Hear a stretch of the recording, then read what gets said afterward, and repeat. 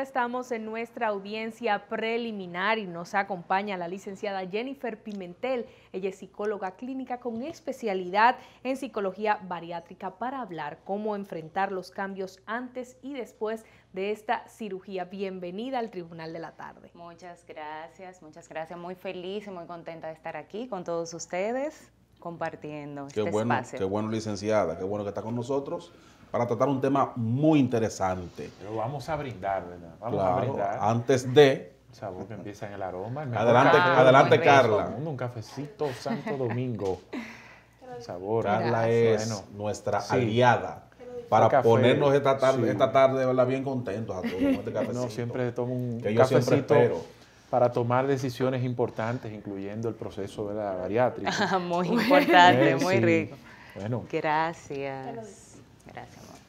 Doctora, para este proceso, antes de entrar a cómo son el tipo de evaluaciones psicológicas, quisiera saber qué tanto tiempo, o sea, qué tantas citas psicológicas hay que tener con un paciente para ver si está apto o no para este procedimiento.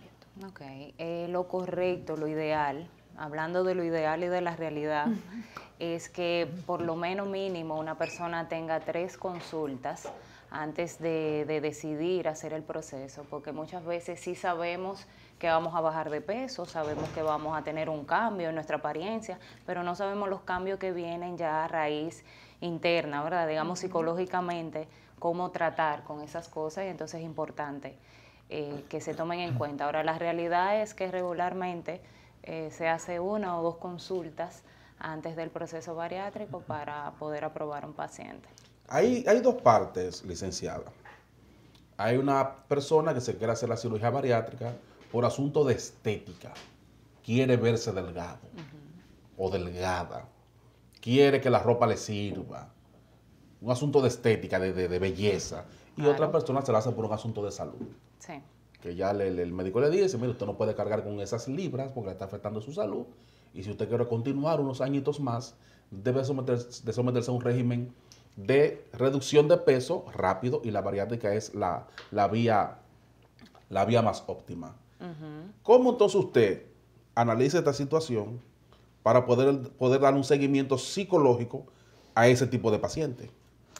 Ok, regularmente digamos que una combinación de ambas cosas, porque independientemente de que la salud vaya a verse obviamente muy beneficiada, pues también la apariencia física cambia y por ende la autoestima de cualquier paciente también se va a ver beneficiado.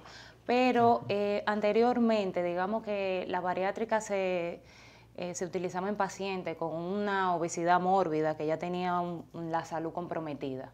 En estos momentos ya se ha probado que la cirugía se aplique con un índice de grasa corporal sobre 30, 32, que digamos que no es una persona de 300, 400 libras, pero sí es una persona que tiene una predisposición para sufrir de alguna enfermedad. ¿Cómo cuántas libras de sobrepeso, más o menos? Tú sabes que eso también es relativo, porque muchas veces vemos pacientes que tú lo ves y tú dices, bueno, pero no un paciente para bariátrica. Sin embargo, es un paciente que tiene un índice de grasa sobre 35 y hasta en 40. Y digamos que la grasa es realmente la enfermedad. Más que cómo te ves, es cómo estás internamente. Muy bien. Ya luego de tomada la decisión, por ejemplo, de la prueba, la evaluación, los diagnósticos que el cirujano bariátrico pues decide, ya bueno, ya tú estás apto para la operación. ¿Bajo qué rol entra el psicólogo ya en ese entonces? Y al mismo tiempo los principales temores, dudas que puede enfrentar un paciente a la hora de tomar esa decisión. Qué buena pregunta, porque realmente no se valora, el paciente no está totalmente consciente de la importancia que tiene la parte psicológica en este proceso. Okay. Todo el mundo va enfocado en bajar de peso y va a un psicólogo simplemente para reunir los requisitos para la cirugía. Sin embargo, y te hablo desde la experiencia, porque yo soy paciente bariátrica también, ya hace 5 años, el proceso que vives luego es totalmente diferente, porque la gente va como con el programa de sigo mi vida normal comiendo mucho menos. Entonces no se da cuenta, entonces ahí es que viene la reganancia de peso, ahí es que vienen pacientes que tú lo ves que se hicieron la cirugía hace un año y están retomando el peso, tienen el peso que tenían anteriormente. Entonces los miedos son muy importantes. ¿Por qué? Porque estamos frente a algo que visualmente es simplemente un descuido, pero psicológicamente está arrastrando una falta de un aislamiento emocional. Te está diciendo que hay una persona con una baja autoestima, te está diciendo que hay una persona que no quiere ni siente los cambios, ¿okay? Que tiene que vivir, porque una persona que definitivamente es irresponsable consigo mismo, es irrespetuosa, ¿okay? Y ha llegado a ese punto por un descuido a largo plazo. Entonces, no sé si respondo tu pregunta, pero la parte psicológica definitivamente es idónea porque tenemos que romper el programa que tenemos.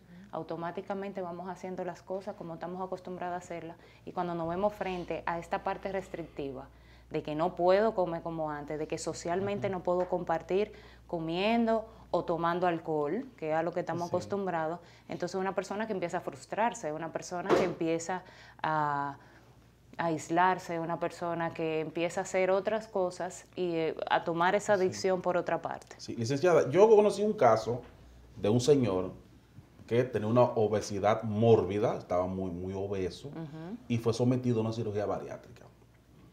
Él, el postoperatorio, lo pasó fuera de su casa e incluso hace un viaje a Estados Unidos. Cuando regresa, él entró entonces en una situación de depresión porque nadie lo conocía en el barrio. El hombre se sentaba en una mecedora y nadie... Pero, ¿y usted? Y entonces él entró en un estado depresivo. ¿Qué recomendación usted le da a ese tipo de personas y cómo se aborda esta situación desde el punto de vista psicológico? Bien, como le decía anteriormente, es un duelo, digamos que es una pérdida de una vida como tú la conocías anteriormente. Digamos que el gordito siempre es la persona más chévere, siempre es la persona la primera que llega a los sitios, la persona que siempre está brincando, saltando. Entonces, de repente cuando tú no te ves, no con el ánimo, porque no vamos a decir con el ánimo, sino con los recursos, socialmente, con lo que tú aprendiste a compartir, entonces sientes que no eres el mismo.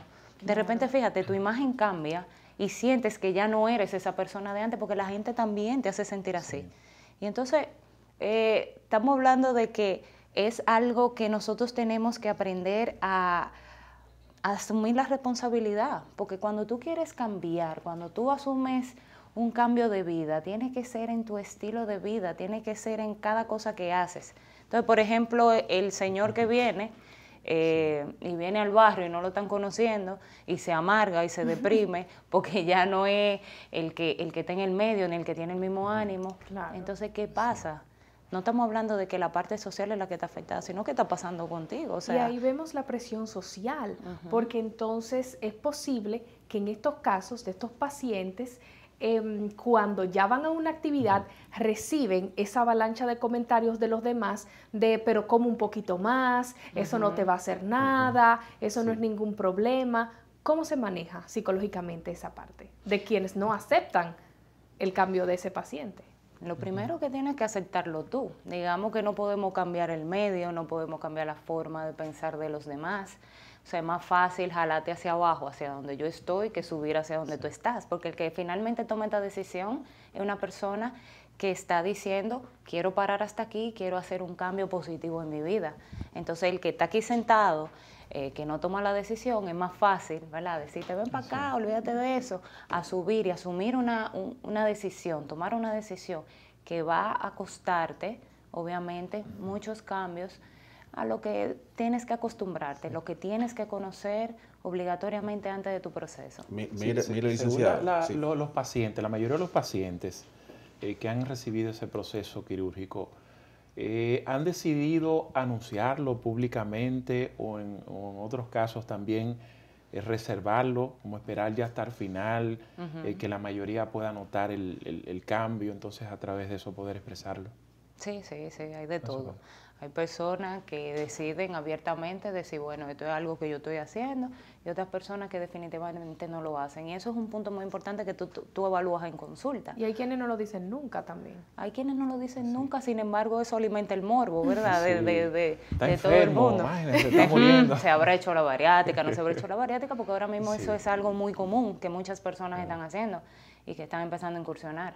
Yo lo que creo es que lo más importante es qué tan consciente estás de lo que vas a hacer de antes de someterte a un proceso como ese, o sea, qué tanto estás dispuesto a cambiar en ti, porque queremos hacer un cambio a largo plazo, no queremos un cambio en el que hoy me siento bien, me veo diferente, pero a largo plazo sigo haciendo las mismas cosas que hacía antes, sigo con los mismos hábitos y en definitiva voy a volver a donde estaba.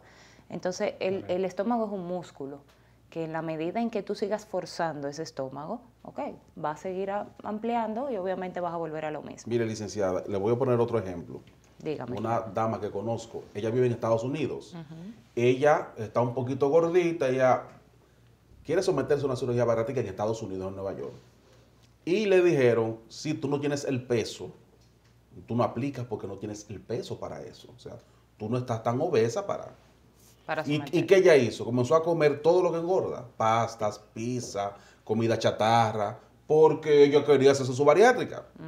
¿Qué pasa? Entonces, cuando ella coge unas libras, que va donde el médico, y ahora, doctor, yo califico, el doctor le dijo, lo manda una prueba psicológica y determinan que hay un problema. Seguro. Hay un problema porque esta mujer, ¿verdad? Comenzó a comer como una loca para ponerse gorda, Entonces después no calificaba porque no pasó la prueba psicológica. Esto puede ocurrir a menudo en este tipo de pacientes y además, ¿qué porcentaje de pacientes pudieran no pasar la prueba psicológica porque entiende el profesional de la conducta que no está apto para someterse a la cirugía? Claro, no. Hay de todo, hay muchísimos pacientes. ¿Qué es lo que uno descarta en una evaluación psicológica? Se descarta algún trastorno mental, obviamente que te diga que esa persona no tiene los recursos para seguir una disciplina que es obligatoria luego del proceso. Se descarta un trastorno de ansiedad, digamos, personas que se dan atracones de comida en la madrugada, en cualquier momento, es una persona que no tiene controles para poder someterse a esa cirugía y una persona con una depresión mayor que no tenga la capacidad, obviamente y repetitivamente, de someterse a ese proceso. Por ejemplo, esa señora, evidentemente hay una necesidad y hay una depresión por el peso tan fuerte que es más fácil yo tomar el peso que empezar a hacer una vida saludable. Entonces una persona que, ¿qué te dice? Dice que la cirugía, lo hagas bien o lo hagas mal, te va a bajar de peso. Ahora, una persona que no va a tener la disciplina adecuada para que este proceso funcione. Y partiendo de las experiencias ya de un paciente post-bariátrico después de la cirugía, ¿sería el tema del tipo de alimentación o las cantidades o tiene que ver con que voy a cambiar, mi piel se ve muy blanda, flácida, parezco que estoy enfermo? Dentro de las principales preocupaciones, ¿cuál pudiéramos citar? Bueno, el proceso tiene varias etapas. Digamos que la preocupación inicial es voy a retomar el peso, tenemos un chip de fracaso, ¿verdad? Ya instalado, de que ya desde que como un poquito más o tengo resistencia un poquito más, siento que voy a fallar. ¿Por qué? Porque le estamos atribuyendo toda la confianza a la cirugía, no en nosotros. Entonces está fuera, no dentro. Entonces, ¿qué trabajamos nosotros? Trabajamos tus recursos internos, porque se supone que si tú vas a empezar este proceso es como las dietas. Tú tienes una dieta que te dura 3 meses. Esos 3 meses tú te comportas, oye bien, que tú no rompes dieta, vas ahí en línea, bajaste el peso que ibas a bajar, el chip, acabó el tiempo de los 3 meses y te olvidaste de eso. ¿Qué haces? Todos los demás meses empiezas a comer y a tener un estilo de vida normal. Entonces, ¿qué pasó? No aprendiste nada. Claro. Entonces, es lo que nosotros buscamos en este proceso, que en la medida que vas viviendo las etapas, digamos, hay mucha gente que dice, si yo tuviera 15 años otra vez, con la experiencia que tengo ahora, con esta edad, o sea, no me gana nadie, ¿verdad que sí? Hay mucha gente que dice así. Digamos que eso es lo que te brinda la cirugía. Te brinda la parte restrictiva, que es comer poco, y te brinda el tiempo para tú poder hacerlo bien y aprender. Entonces ya depende de ti, la responsabilidad es totalmente tuya, de si esto va a funcionar o no va a funcionar. Entonces, está en tus manos, ¿entiendes? Pero si no aprendemos, si no empezamos a hacer esos pequeños cambios, poco a poco, entonces esto es crónica de una muerte anunciada. Vamos a volver a cometer los mismos errores, como las dietas. Por eso las dietas no funcionan. No funcionan porque te dicen en 3 meses hacemos esto, en 3 meses va a tener estos resultados. No es así. Tenemos que asumir y disfrutar el proceso como un cambio a favor nuestro. Bueno, este espacio se caracteriza por ser interactivo, ¿verdad? Nuestra teleaudiencia no habíamos informado que teníamos habilitadas las líneas telefónicas, pero ahí están, por si usted quiere formular pues, alguna pregunta. Estamos conversando con la licenciada Jennifer Pimentel, psicóloga clínica y pues con una especialidad en psicología bariátrica. Tenemos un contacto. Buenas. Adelante. Se cayó. Se Bueno. cayó. Sí, Quería que preguntarle, vuelva y marque, por licenciada, favor. hay algunos alimentos, según he escuchado en varios casos cercanos que conozco, que nunca más la persona va a poder resistirlos de igual manera. Psicológicamente, ¿cómo se prepara esa persona para que ese chin de arroz ya no me lo voy a poder comer, etcétera? Vamos a tomar esta llamada y respondemos las 2 preguntas juntas. Adelante, su nombre, su pregunta y de dónde nos llama.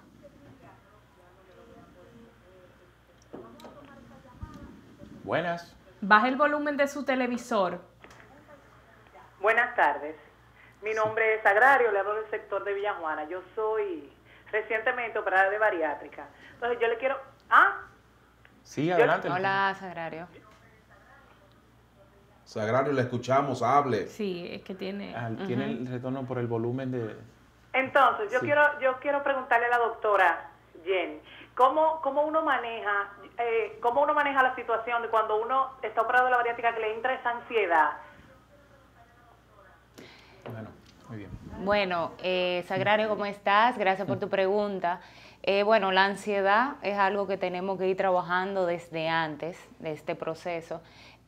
Muchas personas piensan que luego de la cirugía la ansiedad desaparece, pero la ansiedad es aquí que está. Entonces lo que tenemos que hacer es identificarla. Recuerden que cada emoción que sentimos, incluyendo la ansiedad, nos está dando información. Entonces nosotros necesitamos no evitarla, ni salir huyendo, ni asustarnos. Tenemos que escuchar, tenemos que aprender a tener una pausa, ¿ok? Y identificar qué me está detonando esta ansiedad. Porque me imagino que ya no es hambre, sino ansiedad. Lo primero que nos da la bariátrica es saber identificar y diferenciar lo que es hambre y ansiedad. Entonces, cuando ya sabemos qué es ansiedad, qué está detonando esa ansiedad, ¿ok? ¿Qué está pasando en tu vida que hace que tengas ese deseo incontrolable de comer? Pero es normal que pase.